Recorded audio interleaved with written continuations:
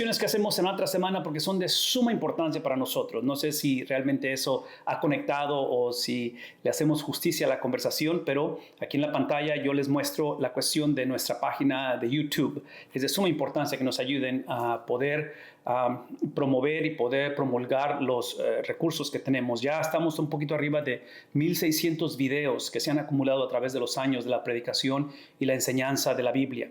Así es que si ustedes, por favor, tienen a bien ir a la página de YouTube y poder suscribirse, poder compartirla, obviamente ahí están los recursos que semana tras semana producimos, tanto los martes como los fines de semana, porque este fin de semana, Dios mediante, que empezará para mí en lo personal, viernes en la noche, sábado tenemos una conferencia para varones con el compañerismo de Alto Frío, que viene siendo el área un poquito al sur de San Antonio, aquí en el estado de Texas. Estaremos en una conferencia con ellos. Tendremos la oportunidad de predicar, obviamente también. Así es que cada fin de semana estamos produciendo también material para la iglesia y todo eso lo van a encontrar ahí. La otra cosa que me encantaría que recordaran, y ahorita lo vamos a poner en el chat esto, es precisamente la aplicación donde ustedes pueden descargar los materiales de comentario bíblico gratuito. Si en sus teléfonos desean buscar ahí en su aplicación donde descargan aplicaciones, que sería en Google o en Apple, que sería el Android o sería en este caso el iPhone, ustedes nomás ponen la palabra Bible Lessons International, o si no, ahí en el chat, una vez más, se van a poner el enlace y ustedes háganle clic a ese enlace y van a ver las opciones dependiendo el sistema que tengan ustedes operativo, si es el de Google o si es el de Apple, cualquiera de los dos, ahí pueden descargar también precisamente la aplicación de ello. Déjenme invitarles, si tienen un ejemplar de la palabra de Dios, estamos en el capítulo número 7 del libro de Eclesiastés, así es que me encantaría que fueran conmigo ahí a Eclesiastés capítulo 7, y digo palabra de Dios porque necesitamos abrirla, estamos literalmente moviéndonos a través de este capítulo, a través del libro, pero esta noche a través de este capítulo, y este capítulo número 7 es parte de una unidad literaria. Hemos enfatizado mucho esto, voy a pasar un poco de tiempo recordándonos o explicando un poquito más acerca de esta metodología de interpretación de la Biblia, pero en particular lo que quiero que piensen conmigo en esta hora es la cuestión de que este capítulo 7 es parte de esta sección de la cual, y en particular, ustedes van a ver aquí en la pantalla que inició en el 6, capítulo 6, versículo 1, y va a durar hasta el 8, versículo 15. Y si quieren pensar en tema de la unidad literaria, tiene que ver precisamente con esta cuestión de poder ver o de poder lidiar con la vanidad de las cosas o la vanidad de la vida, porque es uno de los temas principales que va a introducir y reintroducir este escritor. Y la manera en que vamos a lidiar con, otra vez, el llegar a ese punto donde sentimos que esto no tiene sentido, donde potencialmente se ve como una rutina interminable, como una experiencia donde se pierde la razón de ser, como que estamos echando todo en saco roto. Eclesiastés va a decir que la manera para lidiar con ello es precisamente el disfrutar de las cosas que Dios nos ha dado.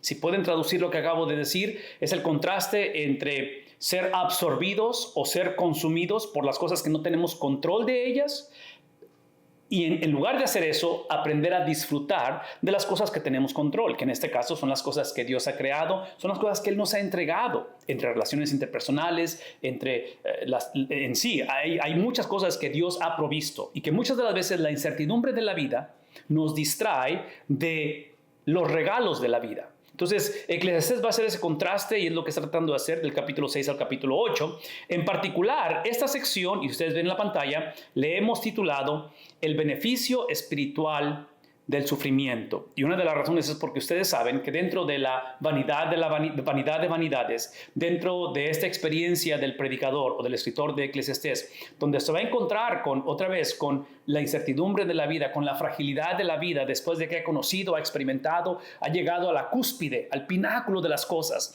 y llega una vez más a ese sentido de vacío, de no encontrar el sentido de las cosas.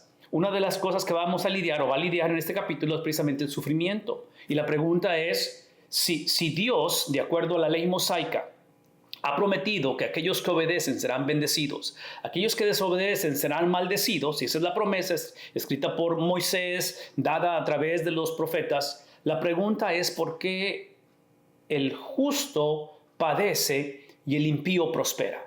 Entonces, ahí es donde entra esta cuestión del sufrimiento, porque en un momento dado, y esto es algo que me encantaría que pensáramos, en un momento dado, sabemos que intrínsecamente el ser humano fue creado con una necesidad, otra vez, nata sería la palabra, algo por naturaleza que tenemos en la cuestión que queremos saber el porqué de las cosas. Sabemos que hay muchas cosas que suceden o que nos ocasionamos o que nos ocasionan que no podemos controlar. Hay cosas que simplemente suceden. Hay tragedias, hay dificultades, hay sufrimiento. Y el ser humano, por naturaleza, quiere saber el porqué de las cosas. Esa necesidad de saber por qué, una vez más, hasta cierta manera, está conectado con el hecho de haber sido creados a la imagen y semejanza de Dios. El hecho de tener voluntad propia, la habilidad de tomar decisiones, el hecho de tener conocimiento, de tener raciocinio, de poder procesar la vida y procesar los eventos. Y aquí es el punto de Eclesiastés. Por eso hablamos de esta bendición o beneficio espiritual, donde Eclesiastés va a llegar al punto en el cual va a decir, aún si Dios nos revelara el porqué de las cosas, la promesa no fue que el conocimiento iba a traer la plenitud de la vida.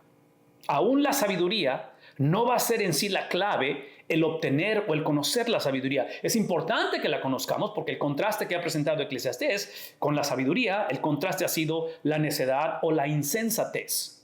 Entonces lo que no queremos es que el sufrimiento sea causado o sea el producto de necedad o de insensatez.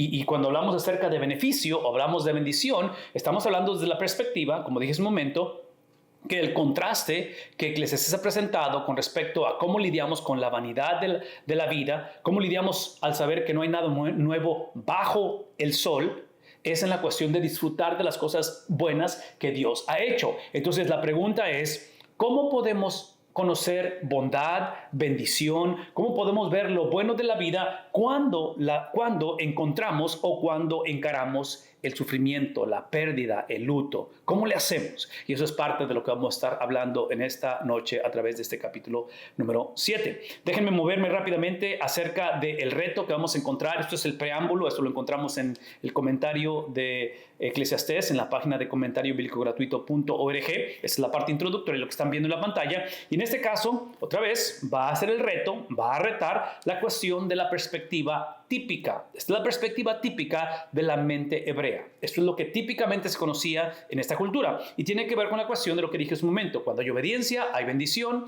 Cuando hay desobediencia, hay maldición. Pero en este caso, una vez más, Eclesiastés va a retar esa perspectiva. ¿Por qué? Lo acabo de decir. Porque él va a ver al justo, el cual va a padecer, y va a ver al impío o al insensato prosperar. Ahora, regresemos un poquito a esto.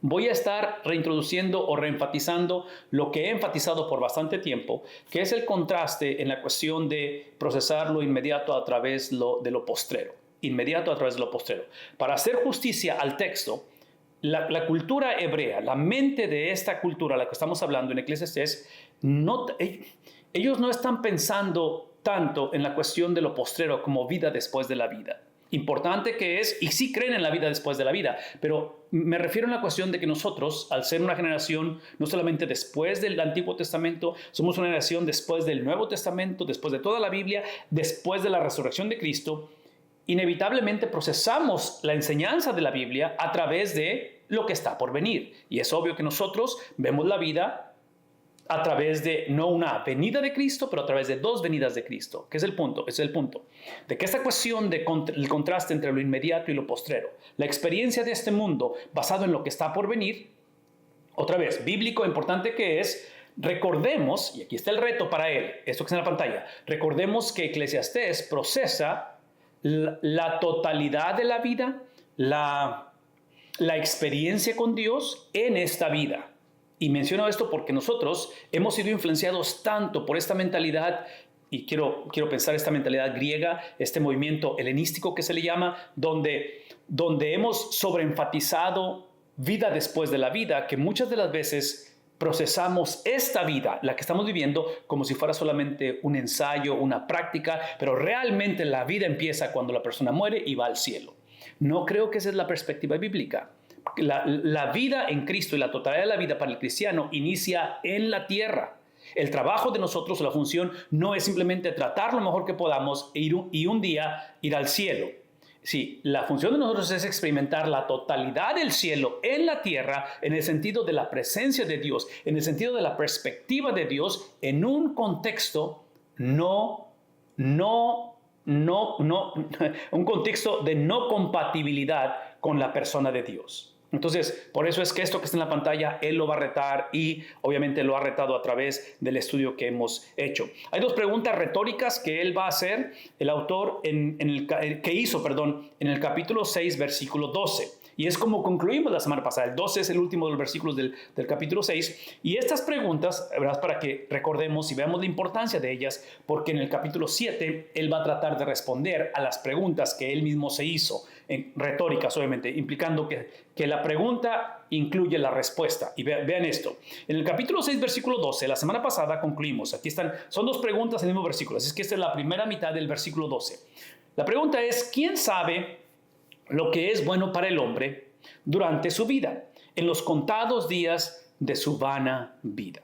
Lo que está implicando él es de que el hombre no sabe lo que es bueno. Y cuando el hombre piensa que ha descubierto lo bueno, eso que es bueno, una vez más, llega al punto en el cual dice, vanidad de vanidades. Es un punto en el cual dice, alcancé, conocí, experimenté, llegué a lo que pensé que eso iba a ser la clave y me doy cuenta que al final todo es vanidad, que no es lo que pensaba. Hay un sentido donde fui decepcionado por ello. Entonces, esa es parte de la pregunta que está haciendo. Él va a mencionar la respuesta, y es lo que estamos por leer, en el capítulo 7, versículos 1 al 12. La segunda pregunta, porque son dos, que es la segunda parte del versículo 12 del capítulo 6, esta es la segunda pregunta, dice, los pasará como una sombra. Pues, está hablando de la vida, que la vida va a pasar como una sombra. Dice, ¿quién hará saber al hombre lo que sucederá después de él bajo el sol? Otra vez, hablando de esa incertidumbre, esa necesidad nata, esa necesidad natural. Al haber sido creados, y estoy usando mi dedo como decir la huella, la imagen de Dios impresa en nosotros, tiene ese sentido de necesitamos saber el porqué de las cosas. Estoy consciente que no pude controlar la situación, estoy consciente que estoy limitado, pero quiero saber el porqué. E inclusive, yo argumentaría que es una razón por qué en nuestros sistemas de gobierno, sistemas de protección civil, tenemos investigadores. Cuando hay un terremoto hay que saber las causas, cuando hay un asesinato, cuando hay una tragedia, inclusive hay cosas que la tecnología nos permite que previenen o nos anuncian que algo viene. ¿Qué es el punto? El punto es que queremos saber. Entonces, aquí está la pregunta, ¿quién hará saber al hombre lo que sucederá después de él bajo el sol? Y aparentemente la respuesta la vamos a encontrar en el 13 al 14 del capítulo 7. Entonces, en el 12, al final del 6, versículo 12, hizo las preguntas y las respuestas. Estamos por hablar acerca de ello. Ustedes han escuchado de mí esta frase a través de los años, a través de los estudios, que es en cuestión de la exposición de la Biblia, que el texto determina el sermón. Esta ha sido una cosa que hemos enfatizado y lo creemos y lo enfatizamos. El texto determina el sermón. No es a la inversa. El punto es de que el mensaje que tenemos tiene que ser un mensaje determinado por el texto, el cual, observen esto, el predicador va a retar este mensaje. Él va a cuestionar esto. En lugar de que el texto determine el sermón, él va a invertirlo. Y aquí es donde está el punto, porque él va a decir esto. Esta es la metodología que él ha usado y está usando, y es lo que tenemos que considerar como parte de la interpretación de esto. ¿Qué es el punto? Por favor, escúchenme. Y yo sé que está en la pantalla parte de la definición, pero quiero que escuchen esto. Lo que no podemos seguir haciendo, porque esta es nuestra tendencia, y lo he dicho varias veces y lo enfatizo una vez más, no podemos seguir viendo la Biblia como una colección de historias de las cuales mi función, sea Eclesiastés, sea Proverbios, sea Jeremías, sea Mateo, sea Apocalipsis, mi función es extraer un principio moralista que ayude, que me guíe, que me aliente o que me rete en mi momento de necesidad. Eso no podemos seguir haciendo, porque la Biblia no es una colección de historias. La Biblia es la narrativa, la presentación, la exposición de una sola historia, donde el personaje central es una sola persona y no es la nación de Israel, no es la iglesia o el pueblo de Dios. El personaje central es literalmente el carácter, la persona de Dios, manifestada a través de tres personas, un solo Dios, tres personas en un proceso de redención, donde esa redención existe para la exaltación de su persona. ¿Qué es el punto? Ese es el punto. Donde él lo que va a usar, eso es lo que va a usar. Va a usar un sarcasmo. Es un estilo en el cual está escribiendo sarcásticamente. Ustedes lo que saben que es sarcasmo, ¿verdad? Sarcasmo es decir una verdad de tal manera que expongo la crítica de lo que estoy viendo, pero no estoy dejando caer el peso de lo negativo que veo de ello. Entonces, usas el sarcasmo para presentar la verdad de una manera en la cual la exageras para que la persona entienda o comunicar un mensaje del cual quiero que lo sepas, pero a la misma vez no quiero dejar el peso de esa verdad. Entonces piensen en lo que está haciendo, lo que ha hecho. Porque lo que ha hecho en todo esto ha sido literalmente el poder criticar la cultura y la vida sin una perspectiva bíblica. Eso es lo que ha estado haciendo. Ha estado criticando la cultura. Y otra vez, piensen en cuestión de crítica, porque cuando hablamos de crítica, estamos hablando acerca de esta crítica en un proceso de enseñanza, en un proceso de discipulado, en un proceso en el cual ha estado enseñando a la siguiente generación que en este caso la vida sin Dios, no, la vida sin Dios es vanidad. La vida sin Dios te presenta, te lleva al punto en el cual cuestionas no solamente el carácter de Dios, pero cuestionas a tu misma persona. Cuestionas el sentido por el cual existes. Ves la tragedia y dices tú, ok, de acuerdo a la palabra de Dios, como cultura, en la cultura hebrea, la palabra de Dios dice que el que obedece va a recibir bendición, el que desobedece recibe maldición. Y dices tú, no es así como está funcionando esto. Entonces, en medio de esa tensión irresoluble, en medio de esa estira y afloja, la invitación, y por eso está usando el sarcasmo, la invitación es mostrar lo simple, lo frágil, otra vez la cultura, la vida, que pierde sentido sin la persona de Dios. Entonces, la invitación siempre va a ser, y ha sido a través de Eclesiastés y va a ser el resto de la Biblia, una vez más, en un contexto donde la perspectiva tradicional de saber que el que obedece le va bien y el que desobedece le va mal. En esa perspectiva, donde aun cuando la palabra de Dios, y esto que estoy por decir es de suma importancia, y quiero asegurarme que esto que estoy por decir esté claro y alguien por favor pónganlo en el chat. Por favor escúchenme lo que voy a decir. Y aquí es donde voy a regresar a esto que puse aquí. Aquí está la importancia de esto, por lo que estoy por decir, que el texto determina el sermón. Si el texto no determina tu estudio de la Biblia, tu experiencia con Dios, tu perspectiva de la vida, la exposición de la palabra de Dios, el que te posiciones debajo de la exposición, o sea, cuando alguien está predicando o enseñando, si no está basado en el texto, lo que va a terminar sucediendo, que veo un poco de eso en Eclesiastés, pero por favor escúchenme, es que si el texto no determina el sermón, entonces el sermón va a determinar el texto. Y cuando el texto determina el sermón, eso implica que el texto va a estar determinado por el expositor o por quien está tratando de crear este sermón. ¿Qué estoy diciendo? Que en este caso, el reto que tenemos todos, este es el reto, es de que inevitablemente nuestra tendencia es creer en Dios. En el sentido de que, ok, quiero creer en Dios. Pero mi creer en Dios implica que yo creo en Dios a través de mi experiencia, mi trasfondo, mi cultura, mi idiosincrasia. Y yo creo que todo eso es válido porque eso es lo que nos hace ser humanos. Hay un valor intrínseco en el ser humanos. Pero mis experiencias y mi humanidad no es autoridad. Lo que es autoridad es lo que Dios dijo a través de estos escritores humanos, presentado en la palabra de Dios, expresado, modelado, vivido a través de la persona de Cristo. Menciono todo esto porque esto que está en la pantalla, de este sarcasmo que está viviendo, esta tensión que está creando Eclesiastés, es la tensión que todos tenemos, sobre todo en tiempos de necesidad, de procesar la Biblia, de procesar otra vez la enseñanza de Moisés. Estoy regresando a Deuteronomio, estoy regresando a Levítico, donde dice, si obedeces te bendigo, si desobedeces te maldigo. Eso que es la palabra de Dios, lo procesamos a través de mi experiencia, en lugar de que sea a la inversa. En lugar de decir, esto es la palabra de Dios, esto es lo que es inmovible, esto es el carácter de Dios, esta es la mente de Dios, esto es literalmente lo que me apunta a Dios, que es Cristo Jesús, independientemente de mi experiencia. ¿Por qué? Esa es la razón.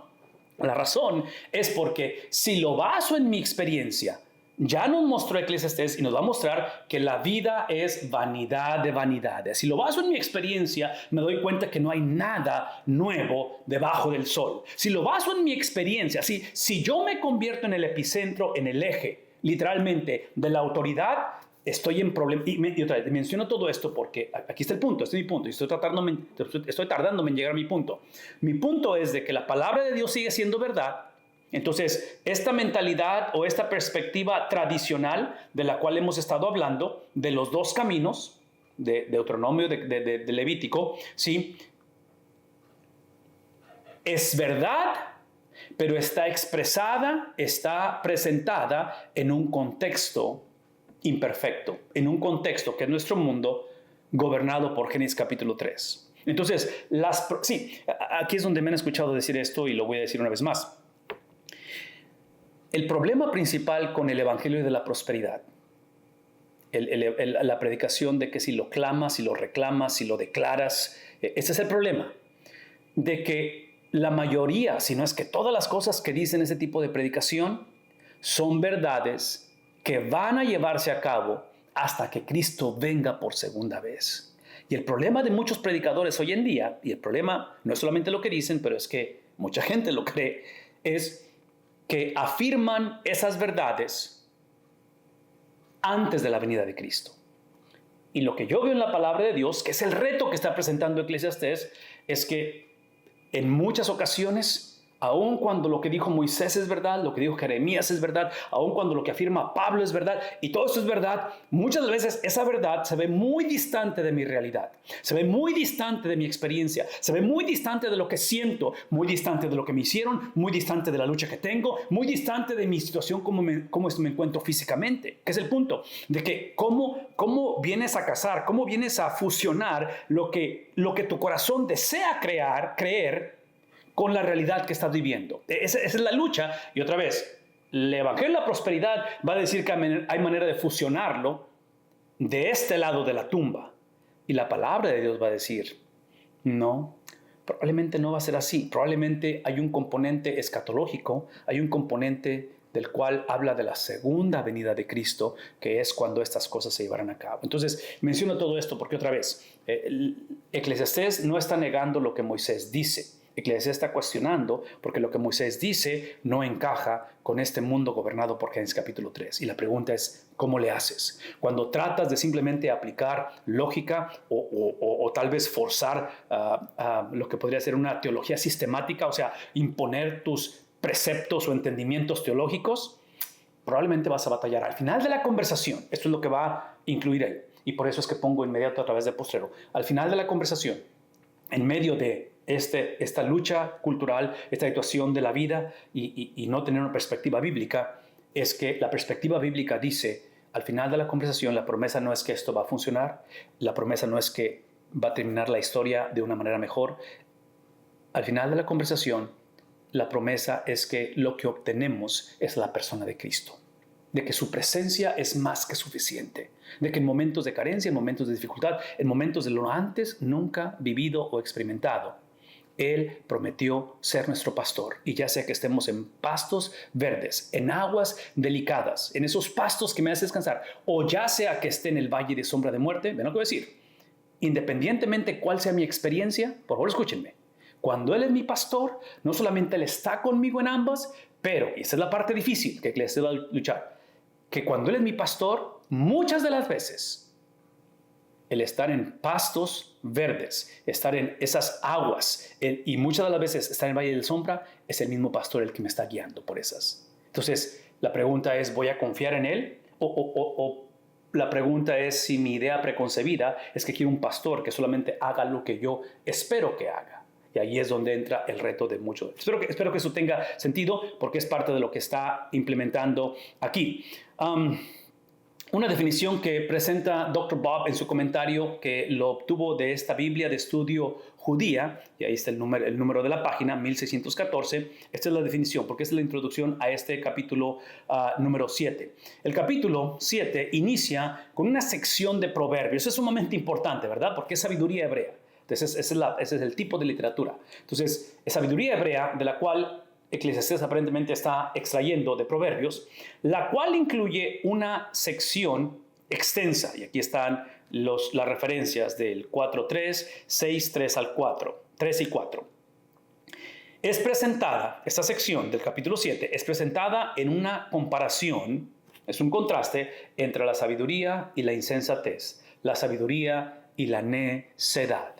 Dentro de ello, lo que va a hacer es que la sabiduría la presenta, otra vez aquí en las referencias bíblicas, reconoce que la única certeza en la vida, eso es lo que dice la sabiduría.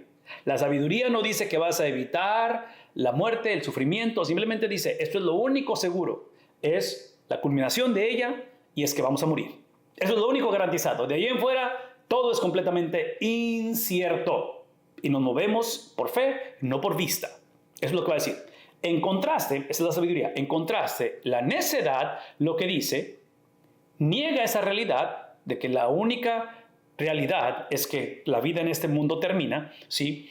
Es literalmente dice, la necedad, en lo contrario, se enfoca en la vida y sus placeres ficticios de sonrisas y festividades. Entonces, es el contraste donde, otra vez, no es tanto de que la sabiduría no disfruta de esta vida, no es tanto de que la sabiduría tiene una perspectiva pesimista, pero la sabiduría entiende, este es el punto, la sabiduría entiende, en este caso la sabiduría de Dios, entiende que aun cuando el mismo pastor del Salmo 23 es el que me lleva algunas veces por el valle de sombra y de muerte, ese valle de sombra y de muerte, y aquí estoy por predicar, yo sé que estoy por predicar, lo voy a hacer, pero tengo que decir esto. Aun cuando el pastor me lleva por valle de sombra, por el valle de sombra y de muerte, eso no implica, esa sabiduría, eso no implica que Dios no está presente, que Dios no existe, porque son la manera en que típicamente procesamos esto. Si Dios existiera, no pasaría esto. Y la otra es de que si alguien entiende nuestro luto, nuestra situación, nuestra desolación y especialmente el sufrimiento que estamos viendo, es precisamente Dios, el cual se hizo hombre. Y la manera en que Él fue exaltado y la manera en que Él fue dado el nombre, que es por sobre todo nombre, fue dado a través de su sufrimiento. Entonces, la insensatez, en lo contrario, va a tener la perspectiva que esto es lo único que existe. Y aquí voy a hacer un paréntesis bien grande y yo sé que va a ser controversial lo que voy a decir, pero me encantaría dialogar con ustedes, así es que Rosita, si hay un comentario ahorita, te voy a dar el tiempo para que nos leas alguna pregunta o comentario, pero por favor, estoy tratando de ejemplificar este contraste que Proverbios hace y Eclesiastés va a continuar ilustrando entre sabiduría e insensatez, sabiduría y necedad. Y aquí está el punto, por favor, escuchen esto. La persona insensata o la persona necia, que yo creo que sin excepción todos hemos sido influenciados o hemos sido necios e insensatos. Voy a usar un ejemplo que otra vez puede ser controversial, pero yo argumentaría que es parte de cómo vemos la cuestión de las relaciones interpersonales. Si ustedes observan la manera en cómo nos casamos o escogemos marido o escogemos cónyuge o noviazgo en este caso, ¿verdad? En nuestra cultura hay un noviazgo y luego el matrimonio.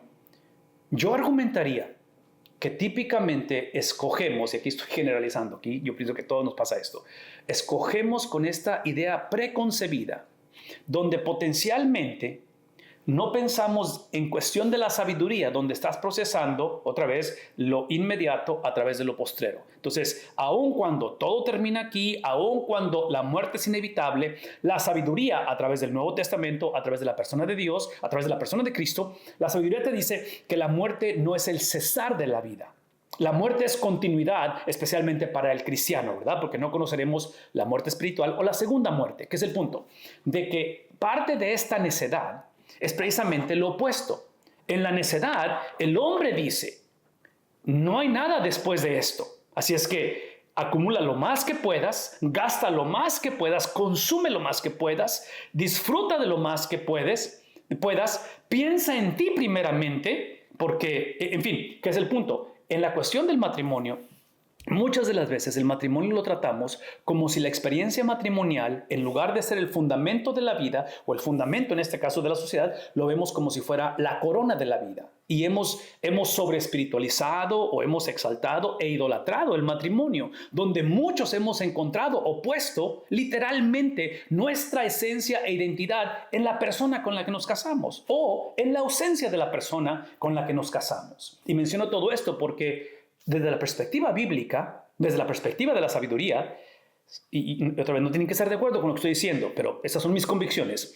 Yo creo que el matrimonio en particular es uno de los vehículos más efectivos y más tangibles que Dios instituyó para mostrar o ilustrar la relación que Él tiene con su pueblo. A través del Antiguo Testamento y el Nuevo Testamento, Él usa este lenguaje donde somos la novia de Cristo, donde me casé con ustedes. Inclusive en el Antiguo Testamento habla de divorcio, de que se ha divorciado de su pueblo por prostituirse espiritualmente. Entonces, ¿qué es el punto? De que aparentemente da la impresión que esta cuestión matrimonial es un enganche, es un adelanto de lo que está por venir. Porque una de las razones que yo creo, y es mi convicción, por las cuales no habrá lazos sanguíneos en el cielo, es porque cuando vayamos al cielo va a haber precisamente un solo lazo, una sola ceremonia en la cuestión de matrimonio. Y son las bodas del Cordero, es el encuentro de Cristo como el esposo o como el novio con su esposa o con su novia, que es la iglesia de Cristo. Y menciono todo esto porque otra vez, en doctrina o en teoría, creo que esto lo creemos, pero en la manera en que nos casamos como si esto fuera el todo. Entonces, de ahí es donde entra la cuestión de almas gemelas, donde pensamos de que, ora porque el Señor tiene a alguien preparado para ti. Yo creo que existe eso, pero también existe el componente humano donde la persona tiene que decidir ponerse a disposición de, en este caso, tener novio o novia y en este caso, casarse. Porque yo comparo la cuestión del matrimonio, del noviazgo, como es la cuestión de trabajo. Si tú me dices que estás buscando trabajo y estás orando, pidiendo oración por trabajo, pero no llenas ninguna aplicación, va a estar medio difícil para mí creer que realmente estás orando o deseas trabajar. Entonces, menciono todo esto porque otra vez, en la cuestión de si ustedes observan las películas, la cultura, la manera en que Hollywood, que es los que producen las películas, hacen todo esto, presentan el matrimonio como la experiencia suprema en la vida. Y yo diría que no. La experiencia suprema en la vida es procesar el matrimonio a través del matrimonio con Cristo, que es lo que está por venir, ¿no es cierto? De tal manera que por eso es que mi matrimonio, importante que es, la familia, básica que es, tiene que reflejar lo que está por venir. Espero que eso tenga sentido. Así es que con esto me voy a mover al versículo número 1. Rosita, ¿habrá algún comentario o pregunta en lo que tenemos? Sí, pastor. Hay dos preguntas. La hermana Soledad Vega dice, la relación con el sufrimiento me llevó de inmediato a Habacuc.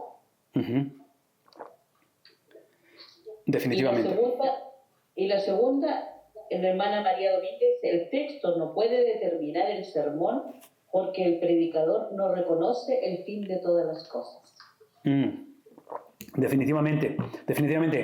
Ambos comentarios son extremadamente importantes y déjame hacer el comentario en Habacuc primero, porque Habacuc, siendo uno de los profetas en el Antiguo Testamento, si alguien va a batallar con lo que está viendo, si alguien va a batallar con lo que está sucediendo, definitivamente es Habacuc. Es uno de los profetas que, si hay una oportunidad, son libros pequeños, en una sentada leerlo. Es la oportunidad de ese diálogo, esa relación con Dios, muy similar a la que está presentando Eclesiastés, donde está batallando, en entender esa perspectiva completa del plan redentor de Dios. Y digo batallando porque en el caso de Habacuc, viendo la desolación, viendo la realidad de ese exilio, viendo es muy difícil conectar lo que estás percibiendo, lo que estás viviendo, sintiendo, experimentando con lo que Dios ha dicho. Es muy difícil porque, especialmente en esta cultura hebrea, hablar de desolación, hablar de destrucción, hablar de conquistas, hablar de opresión, literalmente reflejaba o expresaba al Dios que ese pueblo adoraba. Entonces, ver la derrota, otra vez la aflicción, literalmente en sus mentes es declarar la ausencia de Dios, donde Dios se ha olvidado de nosotros o potencialmente el Dios de estas naciones es mucho más grande o poderoso que el Dios que nosotros hemos adorado.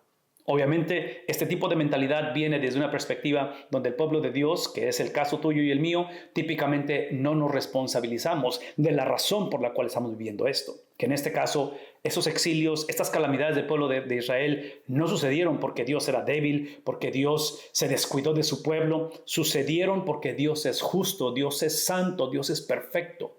Y las advertencias que Él había presentado a su pueblo tenían que cumplirse.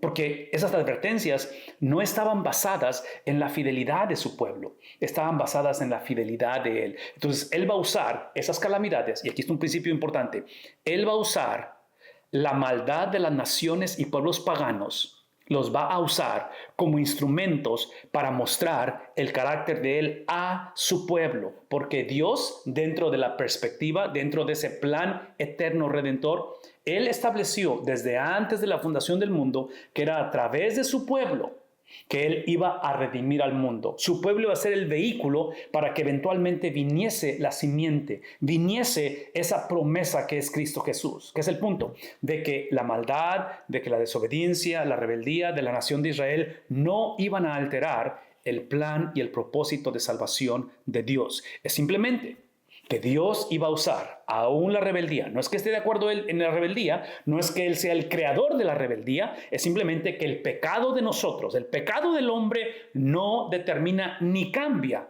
la dirección de los planes que Dios tiene en cuestión de redención.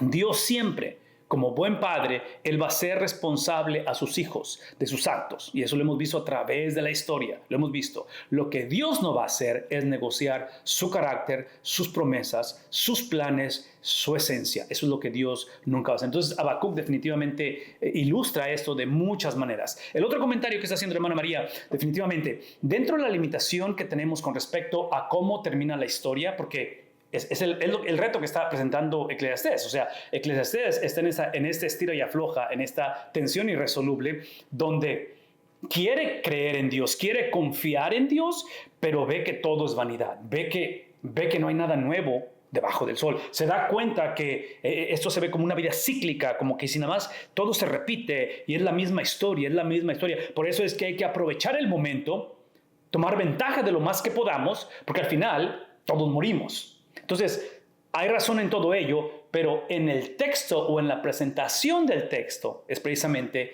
hablar, presentar, es describir no nuestro plan, no nuestra condición, no nuestras ideas, pero es literalmente el plan, el carácter, el propósito del Dios de la Biblia, que no solamente sabe el fin de la historia, pero cuando regresamos a ese texto, cuando regresamos a confiar en la confianza o en la confiabilidad de lo que Dios ha dicho, de lo que Dios ha hecho, basado en lo que dijo a través de la persona de Cristo, y especialmente en lo que hará, es que ahora nosotros, al predicar, al estudiar, al presentar, no lo hacemos con la esperanza de que esto funcione, lo hacemos desde el hecho de que ya funcionó. ¿Por qué? Aquí está el punto, y aquí está otro comercial rapidito.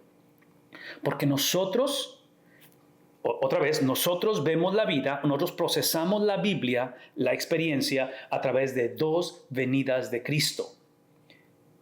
Y espero que esto no sea controversial ni ofenda a nadie, pero en lo personal creo que la más importante de las dos venidas es la primera venida.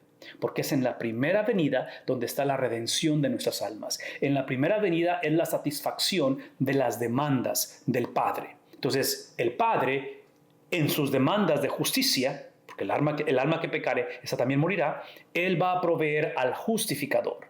En la segunda venida es simplemente enderezar toda vereda, es llevar el cumplimiento de todas las cosas, pero en la primera venida de Cristo es donde está la transformación de nuestras vidas. Y ven lo que voy a decir, no solamente la transformación de nuestras vidas, la regeneración, pasamos de muerte a vida, pasamos de tinieblas a luz admirable en la primera venida, pero también en la primera venida están las estipulaciones, el propósito, está la razón por la cual sucede lo que nos sucede. Entonces, cuando hablamos acerca de la exposición de la Biblia, cuando hablamos acerca del texto de la Biblia, estamos hablando, presentando, declarando, afirmando, no con el propósito de que la vida tenga sentido, sentido, o ojalá la cosa mejore, o evitemos tragedia y sufrimiento. No, no. Es literalmente afirmar de que en el caso de sufrimiento, en el caso de tragedia, en el caso de desaveniencia, en el caso de abandono, en el caso de luto, nadie lo experimentó como Dios mismo a través de su Hijo Jesucristo. Nadie.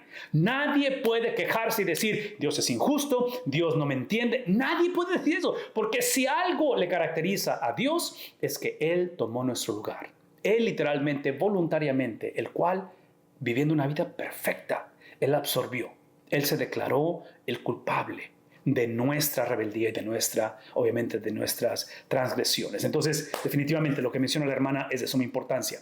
Déjame avanzar ahorita, Rosita, y regresamos si hay más preguntas. Versículo número 1 habla y dice, otra vez, contraste de sabiduría y de insensatez, que es lo que está haciendo en este capítulo 7, y dice, mejor es el buen nombre que el buen ungüento. Entonces, aquí el punto es esto. Cuando hablamos de bueno, lo ve como un sinónimo de mejor, pero la cuestión, está usando estas frases para conectar las preguntas del versículo 12 del 6, capítulo 6, con lo que está por presentar en el 7. Entonces, aparentemente esa cuestión de bueno o de mejor es una conexión gramatical entre los capítulos. ¿Por qué es importante esto? Esta es la razón, vean esto.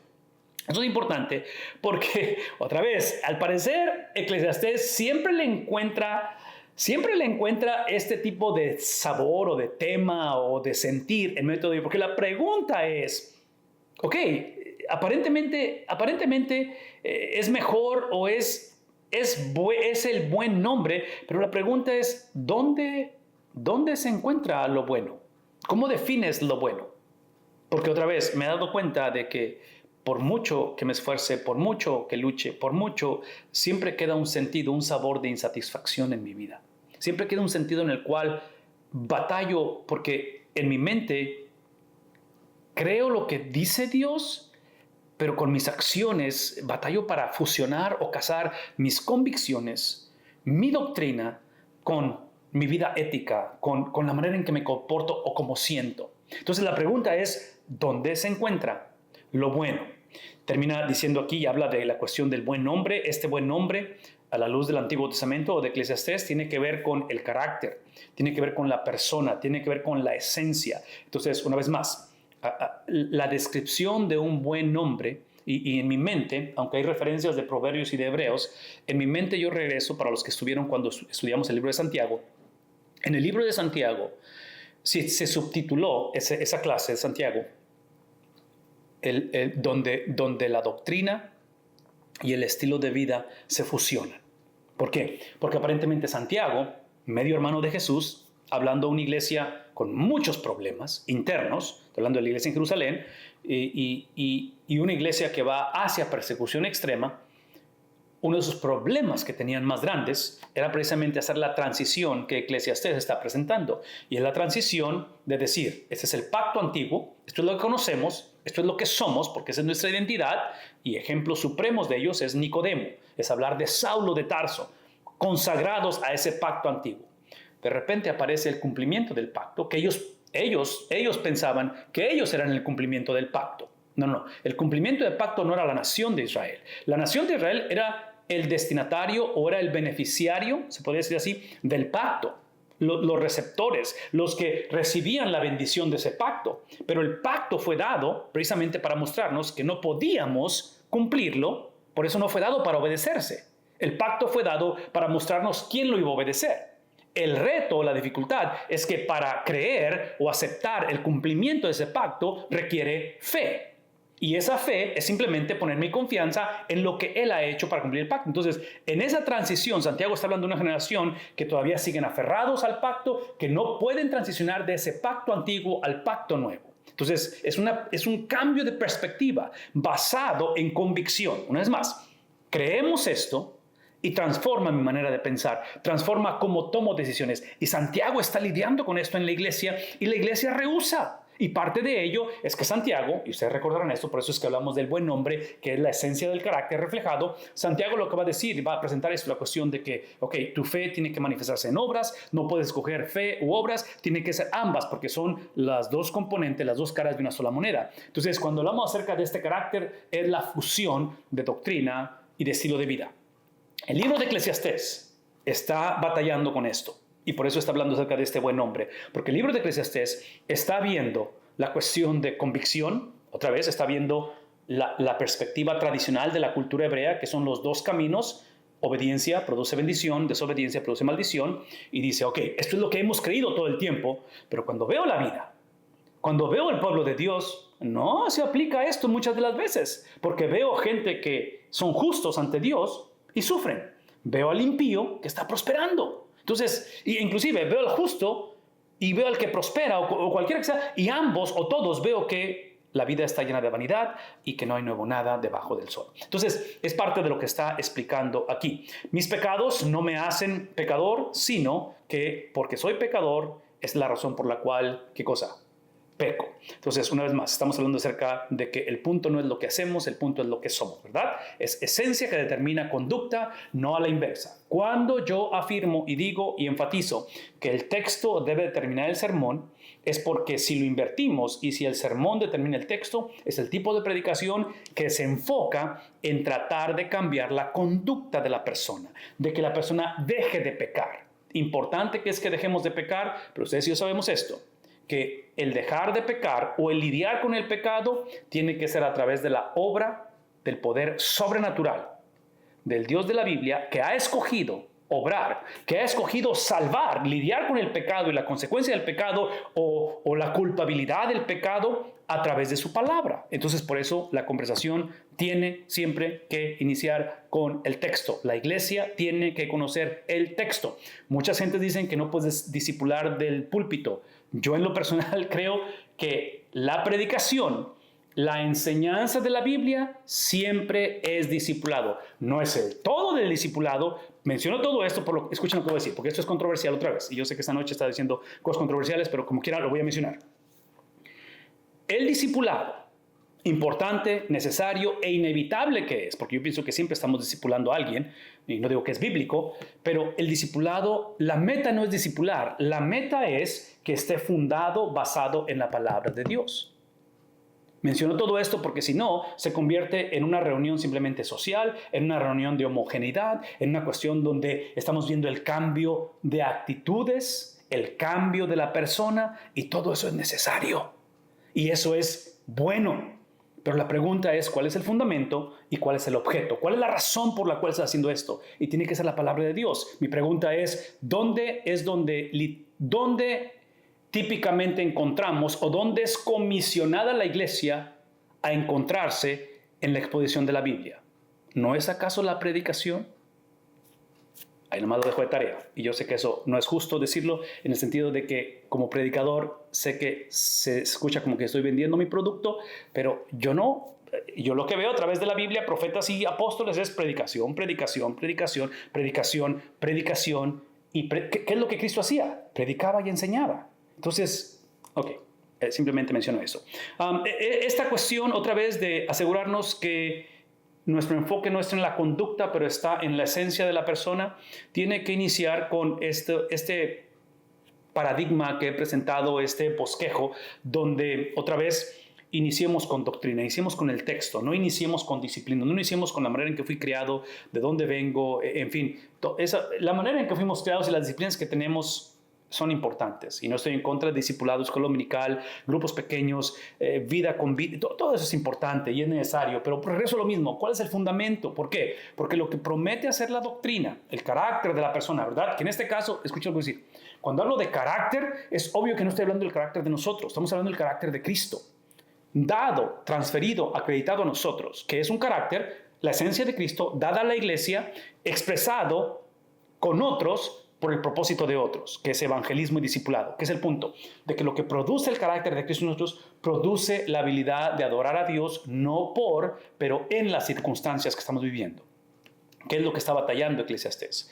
Lo que hace la palabra de Dios no me hace inmune de las circunstancias, me da la habilidad de adorar a Dios, no por las circunstancias, porque sería masoquismo, pero me da la habilidad de adorar a Dios en las circunstancias. Y ahí muchos ejemplos con respecto a ello, ¿verdad? Uno de ellos es Juan el Bautista. Juan el Bautista, estando encarcelado, manda a preguntar si es él, si eres tú, el Mesías. Está pensando en doctrina. Y adivinen qué, aun cuando era Juan el Bautista y su ministerio fue fiel, estuvo basado en que sí soy el prometido, pero Juan, tú aquí mueres decapitado.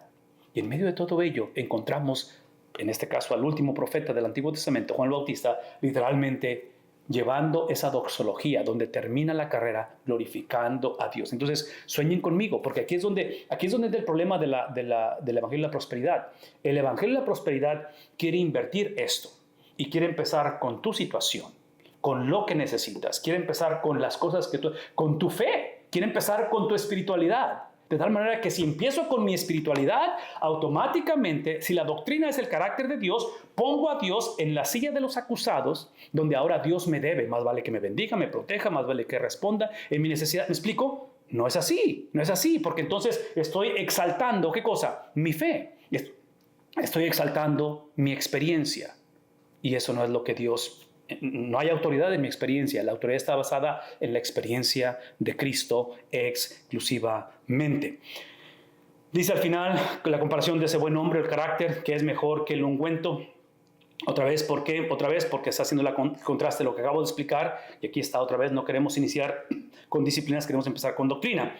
Y esta cuestión del ungüento, comparado con la esencia de la persona, hay varias cosas que enlistamos aquí. Es una apariencia exterior, un perfume caro, una necesidad para sanidad y restauración o un tiempo de festividad. Es lo que potencialmente es el ungüento. Entonces, él está comparando que el carácter del hombre, la esencia del ser humano, es mucho más importante que todo esto que está aquí. Es simplemente viendo la esencia, lo que somos, no solamente lo que decimos o lo que sabemos. En este versículo 1 termina diciendo: y el día de la muerte que el día del nacimiento. Otra vez, hay un sentido de pesimismo, hay un sentido de depresión que está presentando, porque otra vez este predicador todo lo ve a través de los lentes de que todo es vanidad, y por lo menos él está diciendo, en ese contraste de nombre o esencia comparado con festividades y un montón de cosas de apariencias, nombre de la persona con ungüento, ahora contrasta el día de la muerte, él lo ve mejor que el día del nacimiento. Parte de ello, otra vez, está contrastando entre la vida inapropiada. ¿Sí? Es el contraste de la vida inapropiada donde está llevándonos a pensar. La vida inapropiada es cuando piensas que todo lo temporal es todo lo que hay.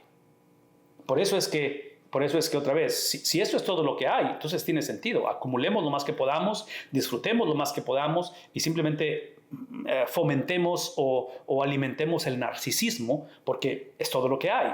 Pero en este caso, observen cómo lleva la conversación.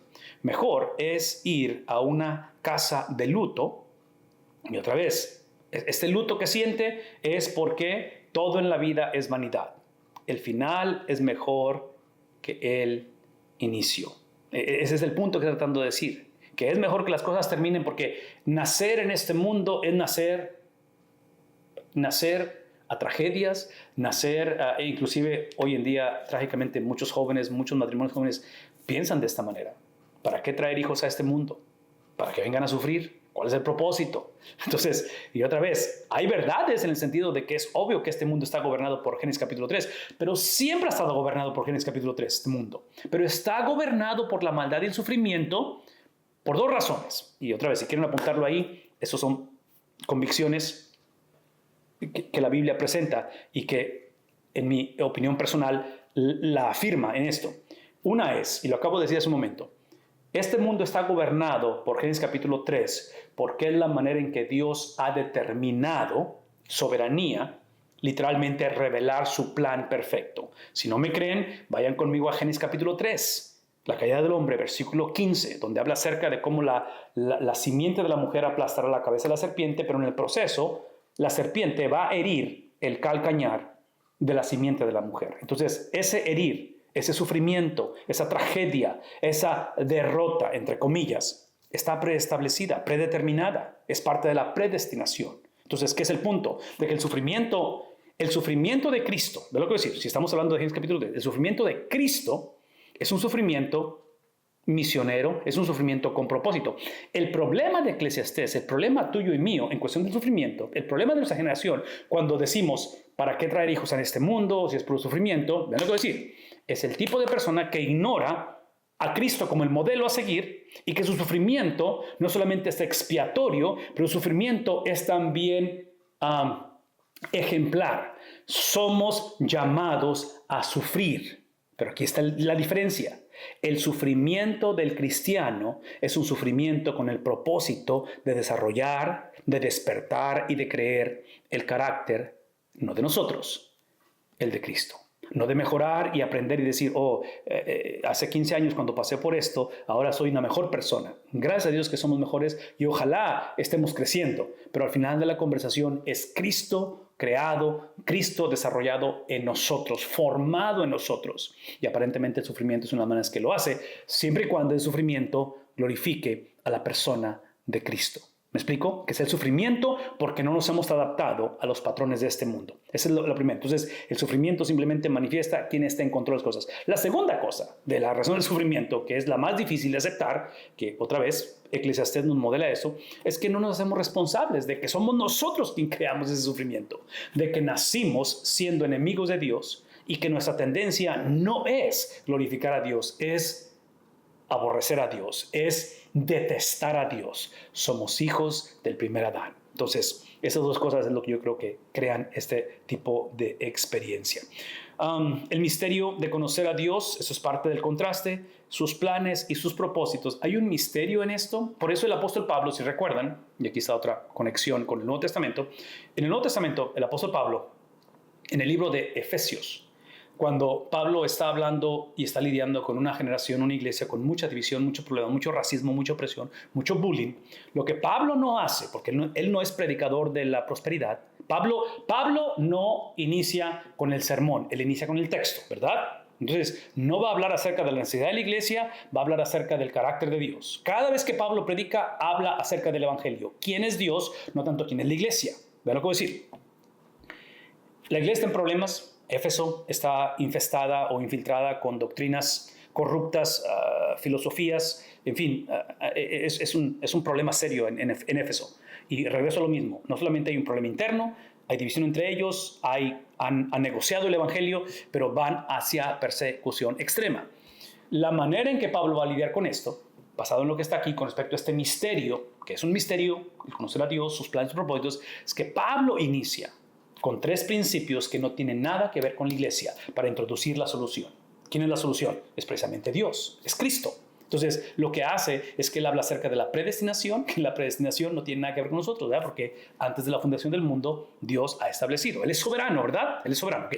Entonces, una es la cuestión de la predestinación. La segunda es precisamente la cuestión de que el misterio a través de las edades ha sido revelado. ¿A través de quién? ¿A través de quién? No a través de la unidad de la iglesia, no a través de que la iglesia entendió, finalmente se llevan bien, o se reconciliaron, casi me divorciaron. No. La revelación del misterio fue presentado, fue expresado, fue cristalizado a través de una sola persona, y su nombre es Cristo. Y Pablo está diciendo, si ustedes son conocedores, son amantes de Cristo, no pueden seguir actuando como si estuvieran en la oscuridad o en las tinieblas. El último de ellos son 3 principios. El último tiene que ver donde dice que no hay judío y no hay griego, de que hay una unidad, no solamente entre nosotros, pero una unidad con Cristo. Entonces, procesen lo que estamos leyendo a través de esto. Termina diciendo aquí, dice en la casa de luto, que es mejor la casa de luto que ir a una casa de banquete. La casa de banquete implica casa de bebidas, celebrando el nacimiento de un hijo o el hijo de un amigo, es lo que sería aquí. Otra vez ese contraste, ¿verdad? Porque es Proverbios, es la característica de Proverbios. Y dice, porque aquello es el fin de todo hombre. Y habla acerca de este fin de todo hombre porque está describiendo, otra vez, trágicamente, cuando Dios está ausente,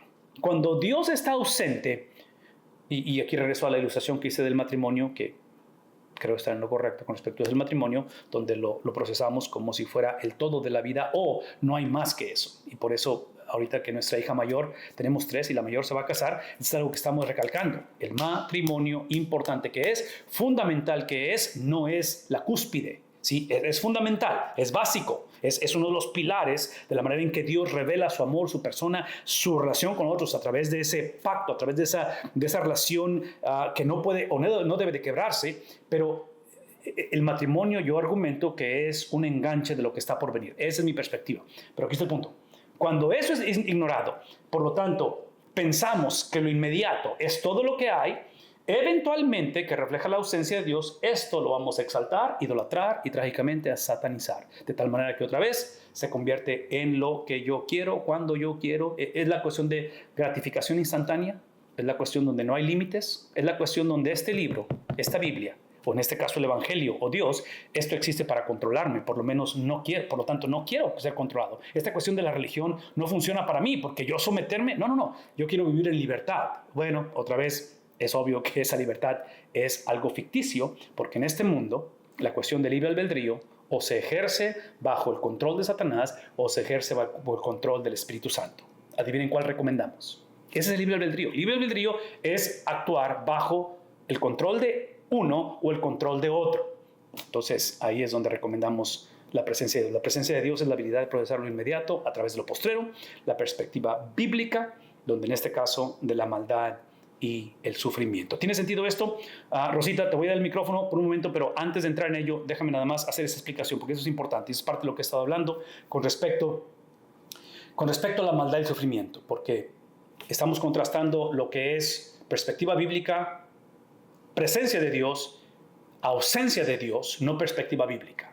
Y en la ausencia de Dios, otra vez, vemos lo inmediato como el todo de la vida. En la perspectiva bíblica vemos lo inmediato a través de lo postrero. Entonces, si regreso a la ilustración del matrimonio, importante que es el matrimonio, fundamental y básico que es el matrimonio, la Biblia me va a enseñar que el matrimonio es una expresión de lo que está por venir. Por lo tanto, quiero estructurar y vivir mi relación matrimonial a través de lo que está por venir, a través de esa relación matrimonial de Cristo con la iglesia. Todo esto lo menciono porque, otra vez, esa perspectiva bíblica o esa ausencia de perspectiva bíblica va eventualmente a salir a flote, especialmente cuando se hace presente esto y se hace presente esto. Cuando la maldad y el sufrimiento se hacen presente, lo que sale a la superficie es la presencia o la ausencia de la cosmovisión de la Biblia, transformando la manera en que tomo decisiones. Rápidamente, algunos principios de esto. En 1 de Pedro, capítulo 2, con respecto a esta maldad y sufrimiento, Pedro dice en el versículo 21, porque para este propósito, eso es importante, para este propósito han sido llamados, plural, ¿verdad? Llamados, no llamado, pero llamados. El llamado es en comunidad, ¿verdad? Somos llamados de una manera personal para ser transformados, pero la transformación no es la meta. La transformación, regeneración, es solamente el principio, es para vivir en comunidad. Son llamados, pues también Cristo, el cual los llamó, y Él es la razón por la cual han sido llamados. Adivinen qué pasó con Cristo. Él sufrió. Dice, ¿sufrió qué cosa? Por ustedes. Y al haber sufrido por ustedes, lo dije hace un momento, no fue solamente expiatorio su sufrimiento, pero fue para ser ejemplar. Él estaba modelando lo que somos llamados a hacer. La pregunta no es si vamos a sufrir. La pregunta es simplemente si el sufrimiento es el sufrimiento de Cristo. Es el tipo de sufrimiento del cual Él se hace responsable. Lo último que deseamos en este mundo, en la vida del hogar, en la vida de las finanzas, de las emociones, de los hijos, de los abuelos, de la iglesia, es un sufrimiento en el cual Cristo literalmente sea amarrado, sea atado en sus manos, donde Él no puede hacer nada porque Él solamente interviene con el sufrimiento que va de acuerdo a su palabra. El problema de nuestra generación, el problema tuyo y mío, no es el sufrimiento. Sí lo es, y quiero ser sensible a los que sufren, pero tiene que ser un sufrimiento en el cual Él se haga responsable. Ese es mi punto. Él se haga responsable y mucho de nuestro sufrimiento Cristo no se ha podido hacer responsable porque Él solamente se responsabiliza de las cosas que emanan de su palabra. Por lo tanto, dice, dejándoles ejemplo para que sigan sus pasos. Este ejemplo, este sufrimiento que estamos hablando, fue presentado en medio de dos eras, en medio de dos venidas, en medio de dos circunstancias. Y estamos hablando de la era presente que inició, que fue establecido el reino de Dios en la venida de Mesías. Por eso dije que la primera venida es la más importante, porque aquí fue donde fue establecido, inaugurado el reino de Dios. Pero como son dos venidas, esta es la parte que los judíos batallaron y hasta la fecha batallan, es que ellos esperaban no solamente venida, pero esperaban consumación de las cosas. Por eso es que en Hechos 1:8, 7 y 8 preguntan y dicen, ¿cuándo restaurarás el reino? Y la respuesta, ese es el momento que Cristo está por ascender. Y Cristo responde y dice, no les toca a vosotros. A ver qué cosa, las sazones. Porque están pidiendo la consumación de las cosas. Y Cristo dice, la consumación de las cosas se van a llevar a cabo de tal manera, desde el principio, de tal manera que Él dice, ni siquiera el Hijo del Hombre sabe cuándo. Está hablando de su humanidad, ¿verdad? Del distintivo. No que está separándose de su divinidad, porque Él sigue siendo Dios mismo. Pero el distintivo de ser Cristo hombre, Él no sabía cuándo es que venía la consumación de todas las cosas. Entonces, en medio de esta tensión irresoluble, donde somos salvos, pero estamos en un mundo de maldad, es donde somos salvos, pero no hemos sido glorificados, es que Él nos llama a esto. Por lo tanto, el sufrimiento a través de Cristo, por favor escúchenme, por eso es que predicamos y basamos la enseñanza en el texto, porque el texto revela el carácter de Cristo. El texto, la Biblia, la doctrina, no se trata de revelar quién soy yo. Yo no necesito la Biblia para saber quién soy yo. Yo sé quién soy yo. Yo sé en mis situaciones difíciles, en mi complejidad. No me tienes que decir. Inclusive yo argumentaría esto. Si realmente queremos saber quiénes somos nosotros, tenemos que saber quién es Él primeramente. Porque Él fue el que nos creó, Él nos diseñó y para Él fuimos diseñados. Entonces, por eso es que las buenas nuevas del Evangelio inician con malas nuevas, porque cuando vemos quién es Él, descubrimos que nuestro problema no es lo que hacemos, es lo que somos y somos enemigos de Jesús.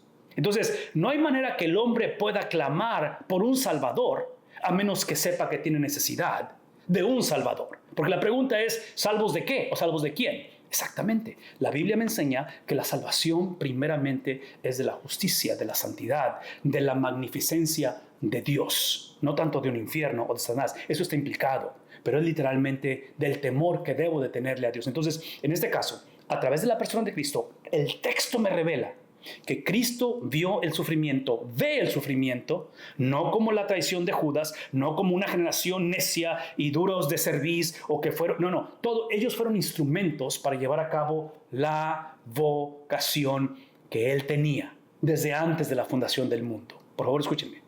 Somos llamados a esa vocación. Eso es todo lo que estoy tratando de decir. De que nosotros, es obvio que no somos inmunes. Ser cristiano no implica que estamos exentos del sufrimiento, es simplemente que esa es la razón por la cual he sido salvo. He sido salvo para unirme a Él como piedras vivas. Me uno a la piedra angular, es parte de la elección de Dios. Pero esa elección incluyó el que la piedra angular iba a ser rechazada, iba a experimentar sufrimiento por los edificadores. Mucha de la predicación hoy en día precisamente es para evitar este llamado. Y yo argumentaría, ese es evangelio de la prosperidad. Es pensar y escuchar y decir gente que literalmente dice y predica que en el sufrimiento Dios no tuvo nada que ver. Dios no estuvo presente en eso. ¡Wow! Decir que Dios no tuvo nada que ver va en contra del carácter de Dios. Dios tuvo que ver con ello. Dios tiene que ver con el sufrimiento del ser humano. Dios es soberano. ¿Alcanzamos a entender el porqué de las cosas? Eclesiastés nos ha dicho que no. Es obvio que Eclesiastés está batallando porque no alcanza a entender cómo es que el justo sufre y el impío prospera. No lo alcanza, sobre todo cuando a mí me toca experimentar eso. En medio de todo ello es que Cristo nos muestra la razón de esto. Rosita, ¿habrá algún comentario o pregunta antes de moverme a lo que sigue? Sí, pastora. Dice, la hermana María Domínguez dice, la muerte no es un estado, la muerte es un evento. Uh-huh. Y luego dice ella, primero es el nuevo nacimiento, después es el nuevo comportamiento. Claro, la conducta es el producto de la esencia, entonces el nuevo nacimiento transforma mi esencia. Esa no es mi persona, ahora es la persona de Cristo en mí. Y eso es lo que produce el comportamiento de Cristo en mí. Bueno, eso es lo que obviamente es una lucha que todos tenemos, pero esa es la idea, definitivamente.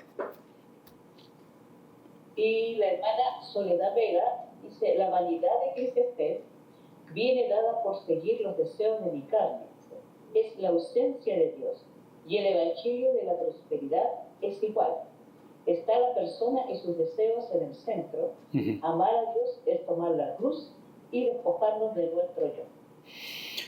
Definitivamente. Y el reto que estamos viendo en Eclesiastés es cuando ese yo es despojado por alguien más me despoja. Es cuando empiezo a ver las es cuando empiezo, eso es lo que creo que está Eclesiastés batallando, es cuando veo las injusticias de la vida y dices tú, porque una cosa es lo que acabas de afirmar, que estoy de acuerdo, es el que yo me despoje, es el que yo ceda, es el que yo decida, pero ¿qué cuando es impuesto en mí el ceder? ¿Qué cuando es forzado en mí el despojarme? ¿Qué cuando, por más que he tratado, he luchado, he buscado el reconciliarme con ella, el no poder ver a mi papá o el no poder relacionarme con mi hija? O sea, por más que trato, si pudiera regresar el tiempo, ¿me explico? Entonces dices tú, ¿dónde está Dios? ¿Cómo le hacemos? Porque entre más trato de acercarme, trato de restaurar la relación, más siento su rechazo, más siento, en fin. Entonces, es la parte que Eclesiastés va a batallar. Y aquí es donde, otra vez, en medio de todo ello, Eclesiastés va a decir que aquí hay misterio.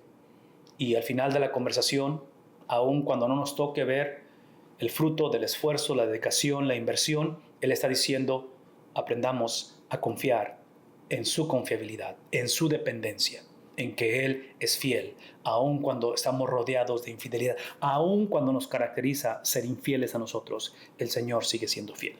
Exacto, perfecto, me encantó ese comentario. ¿Algo más? Sí, el hermano Juan Caballero dice, Pastor Vidal, pregunta, cuando el predicador indica cuál es la causa de que los tiempos pasados fueron mejores que estos, hace el contraste entre qué tiempos. Uno dice, el tiempo que él está viviendo con su generación. Dos, el tiempo futuros o tiempos futuros. Sí, yo pienso, excelente pregunta, Pastor. Yo pienso que está contrastando, obviamente, los tiempos anteriores, y ahorita vamos a ir para allá en ese aspecto, nada más voy a hacer el comentario rápidamente. Es el tipo de actitud donde pensamos, o donde piensa el predicador, que las experiencias del pasado nos enseñaron, nos mostraron, nos modelaron, y como luego decimos, nos cayó el 20. Entendimos, después del descalabro, después del tropiezo, entendimos. Y trágicamente, Eclesiastés va a regresar a lo mismo. Y otra vez, esto no es fácil de verlo y de predicarlo, de enseñarlo, pero Eclesiastés va a decir, aun cuando entendemos y aun cuando finalmente pasamos de necedad o de insensatez a sabiduría, al final todo eso está limitado también. No es la clave en sí el ser sabio, porque él va a decir, el conocimiento, la sabiduría, no va a ser es obvio que lo va a promover y va a desear que haya sabiduría y que tomemos decisiones sabias. Pero aún en medio de la sabiduría, aún en medio de una vida que glorifica a Dios, el ejemplo supremo es obvio, Cristo, ¿verdad? Que es la sabiduría hecha carne. ¿Y qué le pasó a Cristo? ¿Cuál fue su experiencia? Exactamente, fue tratado, fue procesado, fue enjuiciado como necio, como insensato, como lo más bajo, como maldito. Es como fue procesado él. Entonces sí, pastor, ese contraste donde está comparando, pero otra vez, importante que es que hagamos esa comparación y veamos y reflexionemos y aprendamos del pasado y cómo poder crear ese futuro. Él va a decir al final, no está la clave ahí, no es el punto, el eje de la conversación. Ok, otro comentario, Rosita, sino para moverme. El último comentario de la hermana Soledad Vega dice, este sufrimiento, como dice Pablo, dolores de parto antes que Cristo sea formado en nosotros. Exacto. Y otra vez, ahorita vamos a hablar un poquito más acerca de eso y explicarlo más adelante, pero el sufrimiento del que estamos hablando es la manera en que Dios ha escogido moldear a su iglesia para presentársela ante Él. Y otra vez, aquí es donde vemos, aquí es donde tenemos que recordar que la persona de Cristo, su cúspide, su pináculo, su experiencia máxima, importante que fue ese fin de semana donde se entrega, donde es otra vez crucificado, eventualmente sepultado y resucitado, importante que es eso y trascendental que es y no negociable, la vida de Cristo es de igual importancia. Todo lo que pasó de ese viernes hacia atrás, llegando a su nacimiento virginal, es de igual importancia que lo que pasó ese viernes en adelante. Y menciono todo esto porque ahí es donde esa vida y esa muerte de Cristo define lo que es el sufrimiento, define el propósito del sufrimiento y en este caso nos da la habilidad de procesar ese sufrimiento que estamos viviendo, que vamos a vivir y continuaremos viviendo en nuestro contexto, en nuestro entorno, nos da la oportunidad de verlo a través de lo que está por venir. Es lo inmediato a través de lo postrero. Ok, termino aquí el versículo 2 rápidamente. Porque aquello es el fin de todo hombre, y al que vive lo hará reflexionar en su corazón. Tres principios rápidamente. Solamente los vivos pueden entender y tener sabiduría, no los muertos. Los vivos deben reflejarse sobre la realidad de su propia mortalidad, la cual eventualmente sucede, y el sabio piensa en estas cosas, lo cual otra vez lo vemos similar en lo que tenga oídos que oiga del Nuevo Testamento. Esta frase del que tenga oídos oiga, yo siempre me he preguntado quién o qué es lo que causa que la persona oiga. Y menciono eso porque otra vez en mi opinión, hay confusión donde decimos uno puede oír, otro no puede oír. Yo argumentaría que el que causa que la persona pueda oír el mensaje es precisamente el Espíritu Santo. Esa es mi convicción. Versículo 3, mejor es la tristeza que la risa. Otra vez, contraste, ¿verdad? Estamos hablando de Proverbios. Está contrastando otra vez el sufrimiento contrastado con el placer, y eso tiene que ver con la persona de Dios, o se trata de la persona de Dios. Porque cuando el rostro está triste, el corazón puede estar contento. Una vez más, escuchen lo que estoy diciendo. ¿Sí? Mejor es la tristeza que la risa. Es mejor estar triste que estar sonriente. Esta es la razón. Porque cuando el rostro está triste, el corazón puede estar contento. Entonces, otra vez, es el contraste donde la persona, al confiar en Dios, su paz es interna. Por eso es que puse doctrina, doxología y disciplinas. Esa cuestión de doxología inicia en el corazón del hombre. La doxología no es por las circunstancias, por lo inmediato, por el reporte del doctor, por el fallecimiento, por la pérdida de trabajo, por las luchas. No estamos adorando a Dios por lo que está sucediendo. Estamos adorando a Dios basado en lo que ha prometido que va a hacer. Adoramos a Dios en medio del sufrimiento, en medio de lo que está pasando. Entonces, aun cuando el rostro está triste, dice, el corazón puede estar contento. Y menciono esto también porque yo argumentaría que la tristeza, el luto, es parte de la expresión de nuestra confianza en el Señor. Yo pienso que mucha gente ve la tristeza o el luto como algo que va en contra del carácter de Dios, cuando si alguien conoció el luto y la tristeza, adivinen quién fue. Varón de dolores, ¿verdad? Decimos acerca de la persona de Cristo. Entonces, es parte de ser humano en ese aspecto. Cuando hablamos acerca de este proceso de inmediato a través de lo postrero, lo hemos ilustrado con el pasaje conocido de Romanos 8:28, porque en Romanos 8:28 él habla y dice, Pablo, y dice, y sabemos, o debemos de saber, porque trágicamente la iglesia en Roma no sabía, o había olvidado, que es nuestro caso, ¿verdad? Por favor, véanme tantito.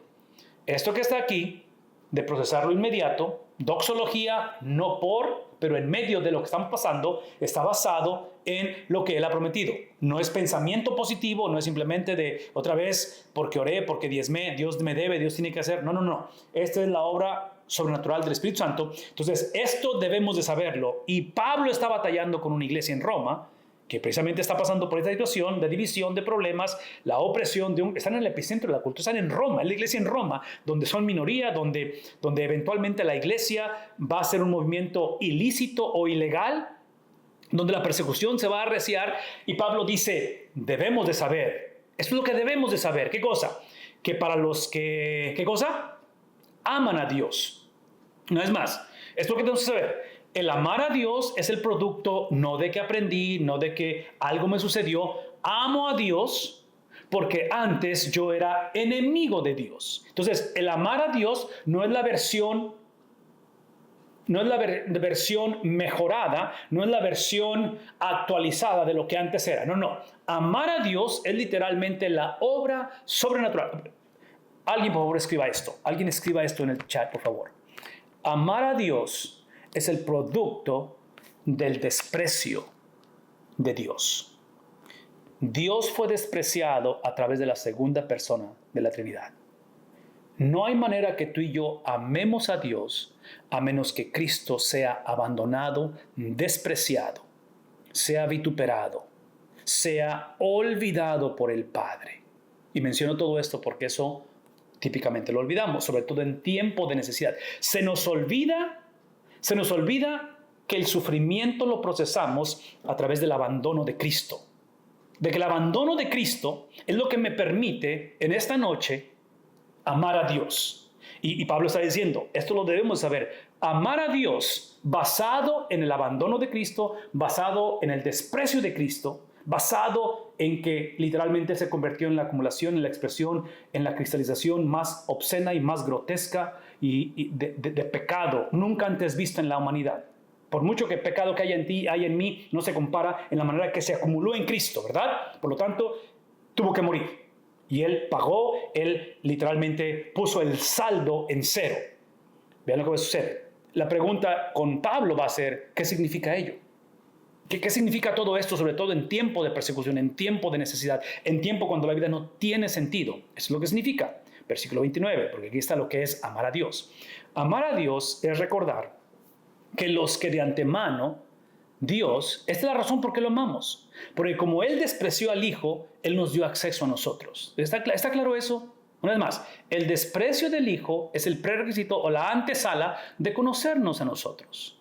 Y nos conoció de tal manera que ese conocimiento es lo que nos permite entrar en el proceso o en la experiencia de predestinación. Entonces, así como el abandono de Cristo fue predestinado, fue preestablecido desde antes de la fundación del mundo, de esa manera es que ese sufrimiento dio acceso, permitió que pudiéramos llegar a ser coherederos con Cristo. Por eso es que nos predestinó. ¿A qué cosa nos predestinó? No a evitar el sufrimiento. Nos predestinó literalmente a ser hechos conforme a la imagen ¿de quién? Del despreciado. Entonces, la razón que Cristo es despreciado, que es abandonado, es para que seamos aceptos en el amado. Pero ya que somos aceptos en el amado, el propósito por el cual es para ser semejantes a Él. Aquí es el punto. La pregunta es, ¿cómo es que el hombre, cómo es que tu vida y mi vida empieza a moverse en similitud a Cristo? El argumento va a ser, probablemente es a través del sufrimiento. De tal manera que dice Él, para que Él, ¿quién es Él? El despreciado, el abandonado, el rechazado, sea, ¿qué cosa? El primogénito, sea el esposo, sea el pastor de la iglesia, sea el Señor de señores, sea el que tenga el nombre que es por sobre. ¿Se dan cuenta que nada de eso tiene que ver con mi mejoría? No hay cosa más beneficiosa para mi vida que la exaltación de Cristo. Por eso es que la doxología, adorar a Dios en medio de la tribulación, es reconocer que Él es quien dijo que Él era, de tal manera que es lo que yo necesito. Es obvio que necesito que la cosa cambie, que Dios responda, que Dios interceda. Todo eso Dios lo puede hacer y Dios lo ha hecho en muchas ocasiones.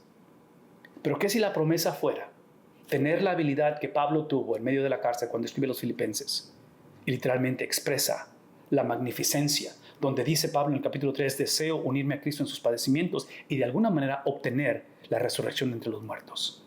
De la manera que dice, Él va a ser el primogénito entre muchos. Ahora sí, basado en todo lo que acabamos de explicar, podemos hablar acerca de las cosas. Todas las cosas ayudan para bien. Basado en el versículo. Sí, a menos que tengamos la habilidad de confesar, de creer, de entender, de procesar, de declarar el versículo 29, no hay manera que podamos decir que todas las cosas ayudan para bien. ¿Por qué? Porque cuando yo entiendo el versículo 29 y entiendo todo este proceso de abandono, de aceptación, y el propósito de aceptación es unirme a Él en sus padecimientos, es entonces que ahora sí todo padecimiento y todas las cosas, ¿qué cosa? Me ayudan a bien. Porque el ayudarme a bien implica esto. El ayudarme a bien es que ahora quiero que Él sea el primogénito. Quiero crecer en semejanza a Él. Quiero, y aquí es donde termina este versículo 28, quiero llegar al punto en el cual dice, todas las cosas cooperan o ayudan para bien, esto es para los que han sido aceptos, porque Él fue despreciado, pero la aceptación, ese llamado, es para unirnos a Él en su sufrimiento. Por favor, escúchenme. Si no hay unidad en esta vida, en lo inmediato, si no hay unidad a Cristo en sus sufrimientos, no habrá unidad en lo postrero, en la resurrección. ¿Sí? ¿No? ¿Alguien conmigo? Thumbs up. ¿Para abajo? ¿No? ¿Sí? Pues una vez más, si no hay unidad con Cristo en sus padecimientos, no hay unidad con Cristo en la resurrección. El Evangelio de la Prosperidad y mucha de la predicación moralista convenencieramente ignora el versículo 29. de ese proceso de rechazo para ser aceptados. Ignoramos el propósito de que Él sea el primogénito en este nuevo caminar a través del sufrimiento. Y solamente enfatiza, y mucho hoy en día enfatizan y declaran y ponen en Facebook y en las tazas y todo eso del café y dicen, todo ayuda para bien, todo ayuda para bien. Eso de que todo ayuda para bien, de acuerdo a este plan, está basado en que potencialmente ayude en esta vida.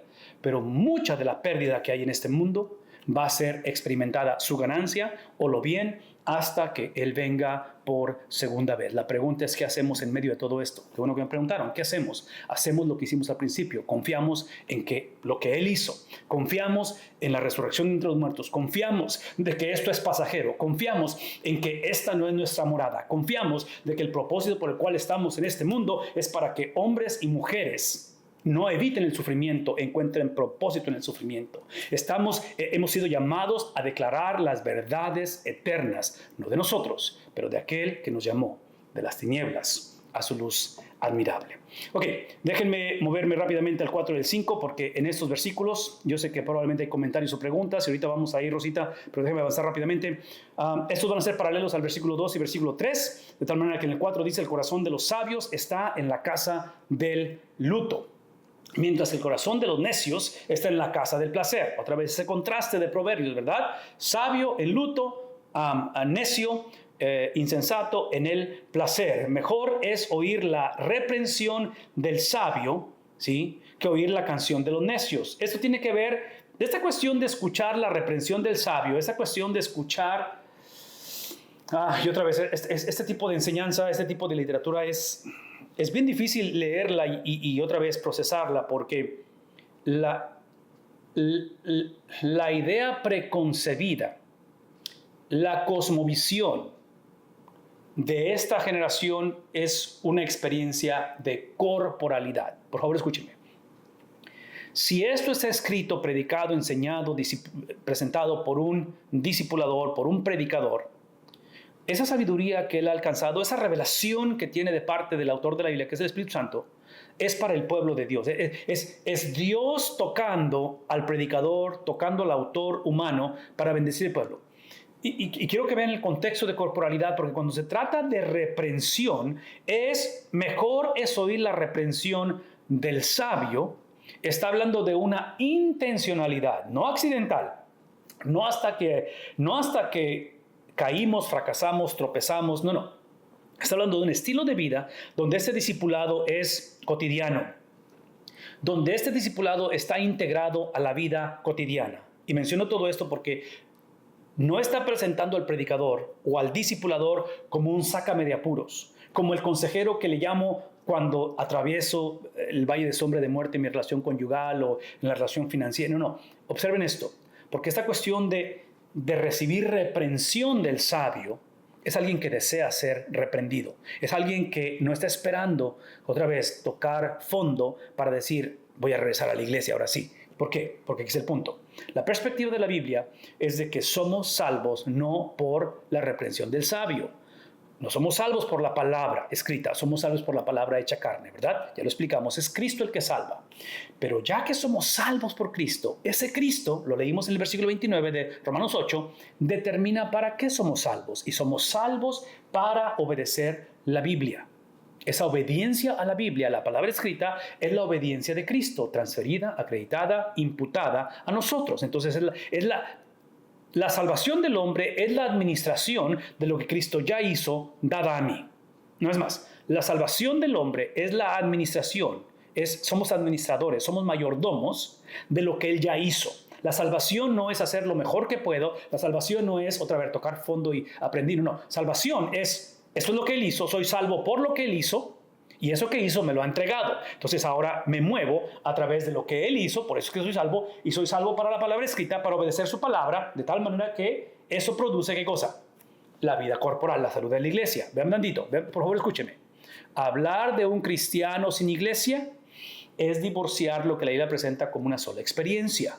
Y aquí es donde tenemos que recordarnos o reintroducir la cuestión, que esto es controversial.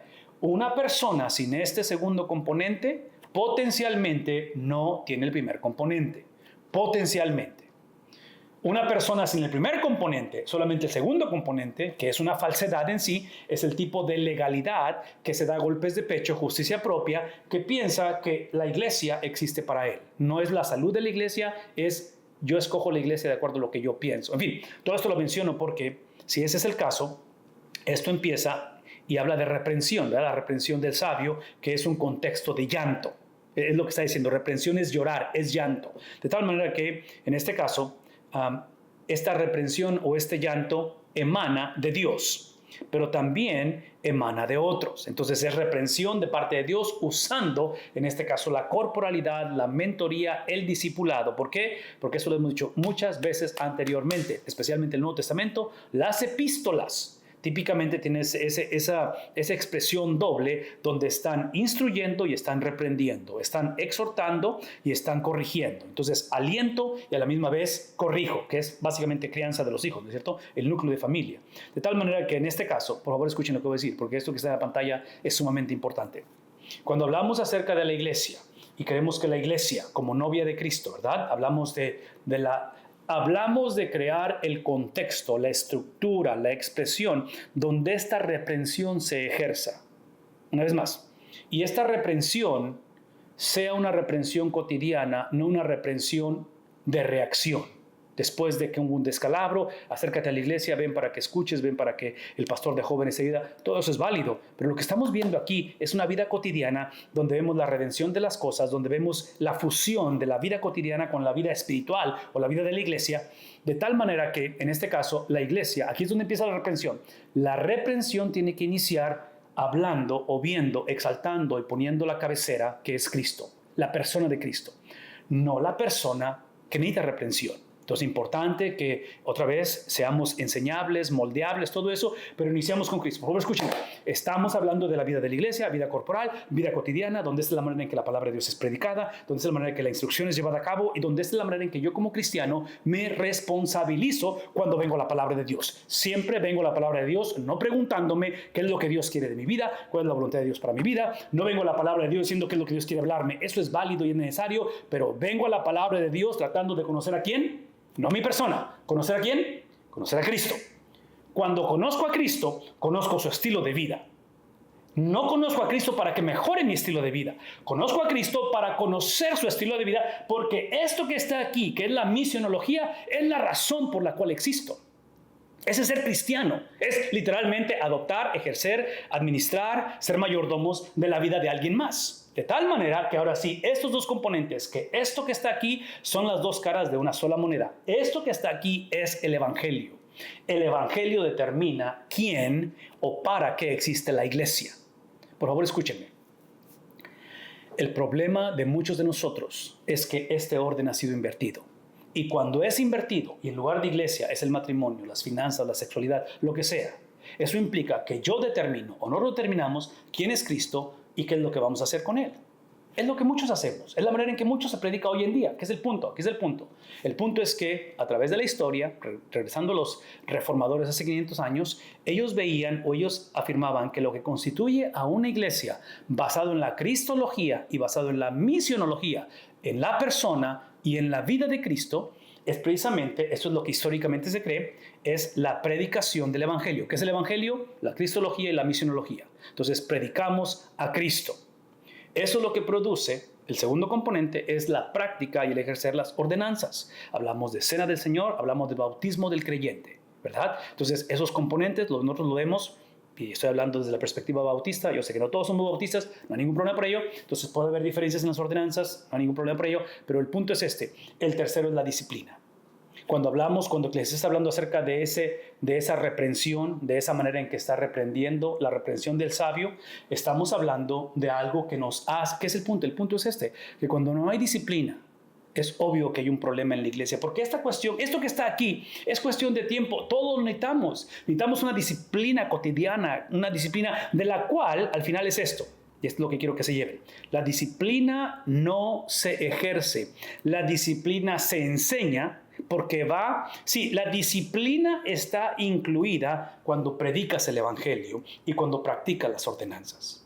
Estos dos componentes, por naturaleza, están disciplinándonos como algo cotidiano. Es como un carro. Cuando el carro empiezas a ver que empieza a fallar y que tiene problemitas y lo empiezas a dejar, eventualmente eso de estar esperándote y no atender la necesidad que tiene, te va a costar bastante dinero la reparación por descuido o por negligencia. Es algo similar en cuestión de la iglesia. Entonces, la disciplina no se ejerce, la disciplina se enseña al predicar el evangelio, que ahora nos lleva a ejercerla. Entonces, la mayoría de las iglesias típicamente batallamos porque hemos negociado el evangelio, predicamos versiones del evangelio, siempre iniciamos con la eclesiología, no iniciamos con la cristología, no iniciamos con la misionología, empezamos con la eclesiología y por lo tanto, cuando viene la disciplina, adivinen qué. Ya conocen la historia, cómo termina la situación y trágicamente termina dividiéndose la iglesia o simplemente yéndonos a otra iglesia donde no tenga que estar debajo de la reprensión de alguien más y cosas por el estilo. Ok, rápidamente estoy por concluir y Rosita, te regreso el micrófono para poder clausurar nuestra noche. En un momento, dame un segundo. Mejor es oír la reprensión del sabio que oír la canción de los necios. Otra vez, el necio va a decir simplemente el de inmediato a través de lo inmediato. El necio va a decir, empiezo conmigo, busco la iglesia que me conviene, la iglesia que predica de la manera que me conviene o que me gusta a mí. Y aquí es donde usé la cuestión de, otra vez, de esta ilustración del matrimonio, que otra vez no estoy muy de acuerdo cómo lo hacemos, pero el matrimonio es la expresión de lo que está por venir, ¿verdad? Es lo que dijimos, es un enganche de lo que está por venir. Porque como crepitar de espinos bajo la olla, así es la risa del necio, y también esto es vanidad. Otra vez, es el proceso de alguien que está llevando lo inmediato a través de lo inmediato. Ciertamente, la opresión enloquece al sabio. No podemos acusar de falta de... Eso es lo que estaba explicando hace rato, de que no podemos decirle al Señor que Él es injusto, que Él no entiende, que Él no sabe lo que estoy pasando, por lo tanto, Él no existe. ¿Sí? Está diciendo esto porque la opresión enloquece al sabio. La promesa no es solo recompensa de parte de Dios en medio del sufrimiento, la promesa es restauración de todas las cosas. Entonces, no solamente Dios sabe lo que estamos pasando, no solamente Él tiene simpatía porque esa es la razón por qué Cristo no pudo, escuchen lo que voy a decir porque esto lo he dicho otras veces, Cristo no pudo haber nacido un jueves, muerto un viernes y resucitado el domingo. Cristo no pudo haber una experiencia solamente, Cristo no solamente pudo haber muerto por nosotros, Él tenía que vivir por nosotros. ¿Por qué? Porque el vivir por nosotros es lo que le permite a Él no solamente expresar su humanidad, pero saber lo que es esa lucha que todos vivimos, esa opresión que todos experimentamos. Entonces, esa humanidad de Cristo, por favor escúchenme, esto es importante, esa humanidad de 33 años, esa perfección, ese cumplimiento de la ley fue acreditado, transferido, fue puesto en nuestra cuenta, de tal manera que ahora Pablo dice, no soy yo, es Cristo en mí, no es simplemente la mejor versión de mí. Por lo tanto, eso implica que si su espíritu en nosotros, su persona a través de su espíritu es ese enganche de lo que está por venir, literalmente la resurrección de Cristo entre los muertos, Pablo está diciendo en Filipenses, quiero unirme a eso, pero el preámbulo es unirme en sus padecimientos. El preámbulo es entender que como estamos en medio de las dos eras, precisamente es en esa lucha constante en la cual Satanás no va a rendirse hasta que Cristo venga. La diferencia es aquí donde entra esta cuestión de recompensa, donde sé que va a haber pérdidas en este mundo y el haber enterrado a mamá,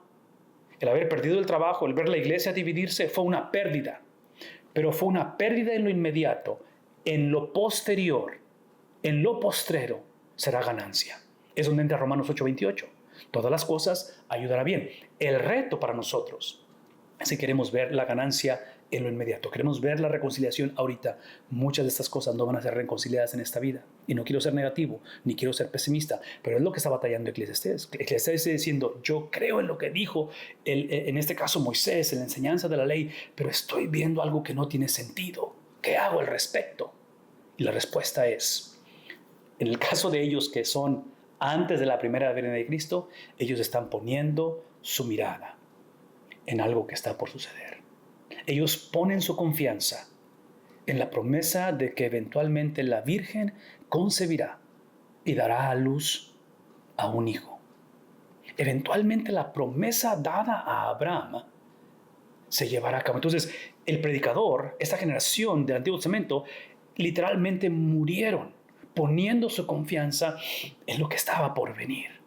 Eventualmente, y a través de esa confianza fueron salvos, ¿verdad? Eventualmente Cristo se aparece.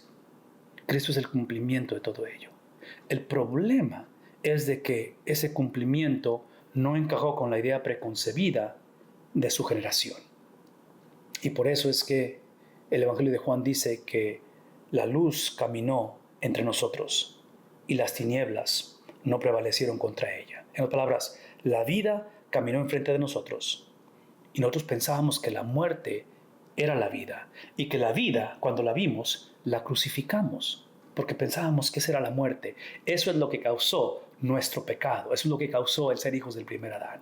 Cristo viene, hace su obra redentora, vive esa vida perfecta, entrega su vida en un madero, es puesto en un sepulcro, anunciado y profetizado a través de las edades. Y en el tercer día, ¿saben qué sucede? En el tercer día, lo que estas generaciones del Antiguo Testamento anticipaban y anhelaban y deseaban, eventualmente sucedió.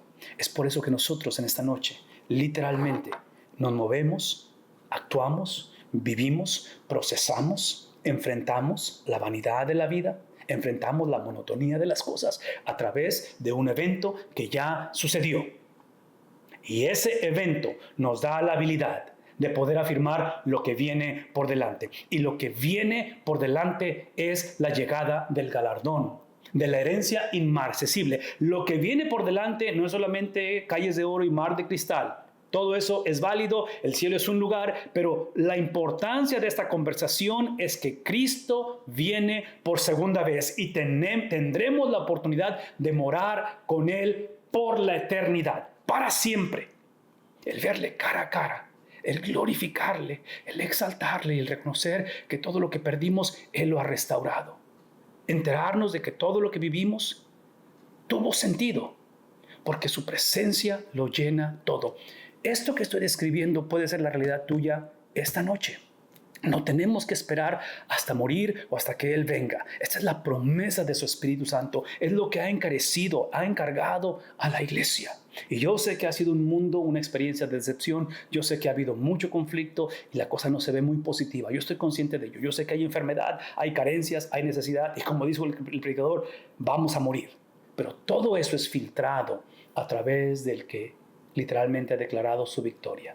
De tal manera que esta noche podemos descansar, podemos depender, podemos literalmente ir a dormir esta noche bajo las promesas de que Él es Señor por encima de todas las cosas y su señorío literalmente nos ha hecho copartícipes de ello. Pero el proceso, la metodología, la expectativa y el requisito es poner nuestra confianza en Él. Así es que esta noche probablemente la oración es simplemente pedirle al Señor que ayude en nuestra incredulidad, que nos dé la habilidad de confiar no en nuestra dependencia, pero en su fidelidad, no en mis habilidades, pero en su continuidad, en el Dios que es confiable en medio de un mundo de mucha incertidumbre. Rosita, nos quedan unos minutos, por favor, háblame. Sí, pastor. La hermana María Domínguez dice un comentario que quizás quiere decir: el que oye, escucha. El que oye, ponga atención al mensaje. Y luego el hermano Edgar López dice: amar a Dios es el producto del desprecio de Dios. Fue despreciado a través de la segunda persona de la Trinidad. Exacto. Y sí. luego la hermana, ¿le digo el otro o lo va a contestar? No, sí, está bien. Solamente estoy afirmando lo que dijeron, porque estamos repitiendo lo que hemos estado afirmando. Así es que continúa. Ya. Dice: Cristo se expuso a sufrir desprecio por amarnos. Amarnos, nuestra respuesta es amarlo a Él. Exacto. Y otra vez, la habilidad de amarlo está basado en su desprecio. Entonces Él tuvo que ser despreciado de tal manera que ese desprecio cumplió, llenó los requisitos del Padre, que eso es lo más importante, la demanda del Padre, de tal manera que su ira fue depositada sobre su Hijo. De tal manera que esa ira o esos requisitos cumplidos o llenados es lo que nos califica ahora a nosotros para ser destinatarios, para ser empoderados y pasar de muerte a vida. Pasar de ser fugitivos, ahora de ser amantes de Dios. Antes corríamos de Él, ahora corremos hacia Él. Entonces, eso es lo que crea esta transacción, esta transición de la que estamos describiendo con respecto a la persona de Cristo. Por eso es que somos salvos por la obra, por la vida, por la persona de Cristo. Exacto. Ok, ¿qué más? ¿Otro más? Sí, la hermana María Domínguez continúa, dice: Dios nos amó primero, exponiéndose en el sufrimiento, amándonos como somos, y nosotros debemos amarlo a través de su Hijo. Exacto. Exacto. Amamos porque Él nos amó primero. Esa es la respuesta a ello. Así lo afirma, claro. Sí. Claro. Y aquí pone un versículo y ella dice: es una entrega total, Lucas 9:23. Y Perfecto. luego dice ella también, Pablo lo dice así, dice: toda la escritura es inspirada por Dios y útil para enseñar, para redarguir, para corregir, para instruir justicia. Según de Timoteo 3:16. Amén. Es la razón por la cual somos salvos. Somos salvos para la palabra de Dios. Y entre paréntesis, nada más un comentario rapidito con respecto a ello. La palabra de Dios no fue dada para justificación, fue dada para santificación. Cristo es dado para justificación. El hombre es hecho justo a través de la persona, a través de la vida, a través de la muerte de Cristo, ¿verdad? Porque nuestro pecado es entregado a Él. El que no conoció pecado, por nosotros se hace pecado, es puesto, posicionado en ese estado de culpabilidad. Él asume mi responsabilidad, Él asume mi culpabilidad y la ira del Padre es puesta sobre Él. Él absorbe la venganza, Él absorbe el castigo, ¿verdad? Entonces, es donde encontramos esa transacción de culpabilidad o de pecado en Él, y el domingo Él transfiere su justicia. Entonces, soy hecho nuevo, soy justificado a través de la persona de Cristo. Eso solamente se expresa, se conoce a través de la persona de Cristo. Soy justificado a través de Cristo, el justificador.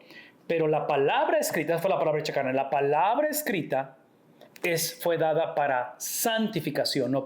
No soy salvo por la Biblia, soy salvo para la Biblia. Soy salvo para obedecer, soy salvo para meditar, soy salvo para entender que esta es la razón por la cual he sido salvo.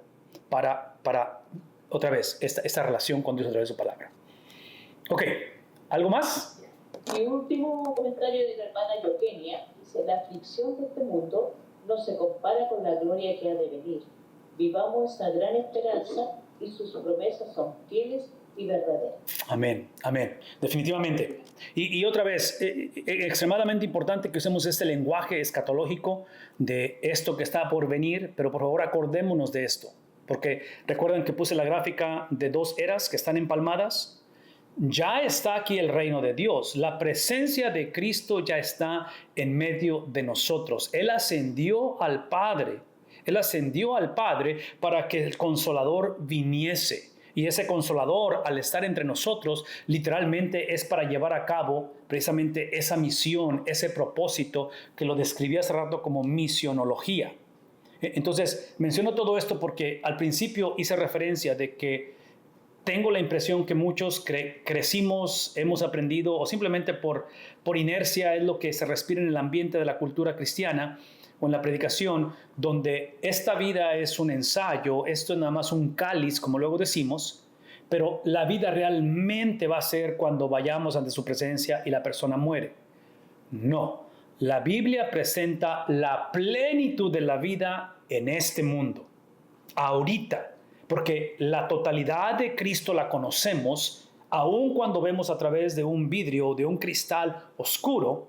Su presencia es total y completa entre nosotros. Su palabra y su mensaje es completo. Es simplemente que estamos posicionados en un contexto, en un entorno donde otra vez las eras están empalmadas, no están una al lado de otra, están empalmadas. Y este empalmar es intencional porque con el señorío de Cristo sobre nosotros, su totalidad en nosotros, su mente, su sentir en nosotros, su espíritu en nosotros, Él nos ha capacitado, nos ha dado la habilidad, otra vez, de llevar a cabo su tarea, su misión en un contexto no favorable. El precio a pagar es nuestra muerte, ¿verdad? El precio a pagar es nuestra vida, mejor dicho. El precio a pagar es entregar el todo a Él. Pero ese es precisamente el proceso de evangelización, de discipulado. Entonces menciono todo esto porque, otra vez, muchos hemos pensado que la vida empieza hasta que la persona muere. No.